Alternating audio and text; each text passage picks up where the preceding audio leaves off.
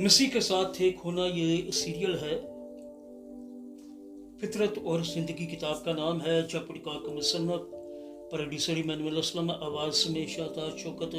और यहाँ पर हम देखेंगे सफ़ा नंबर 11 और अंजीर का दरख्त और हैकल, the fig tree and the temple का बकिया हिस्सा है। The remaining part of the fig tree and the temple.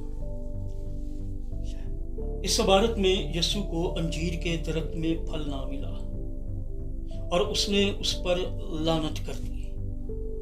फिर उसने हैकल को साफ किया और उसके बाद शागिर्दों ने अंजीर के दरख्त को सूखा हुआ पाया। लेकिन क्यों?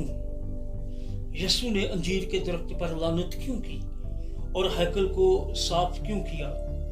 अंजीर के दरख्त से वो हमें क्या सिखा रहा है?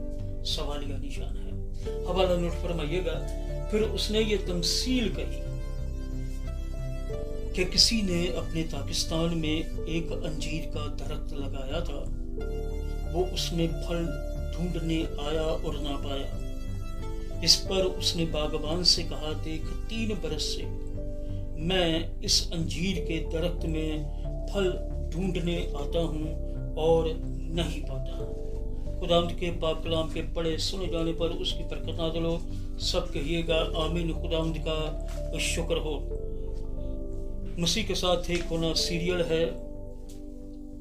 फितरत और जिंदगी किताब का नाम है। का मुसन्नफ है। प्रोड्यूसर इमानुएल असलम, आवाज़ में शाहताज शौकत। और ये सफ़ा नंबर 11 था।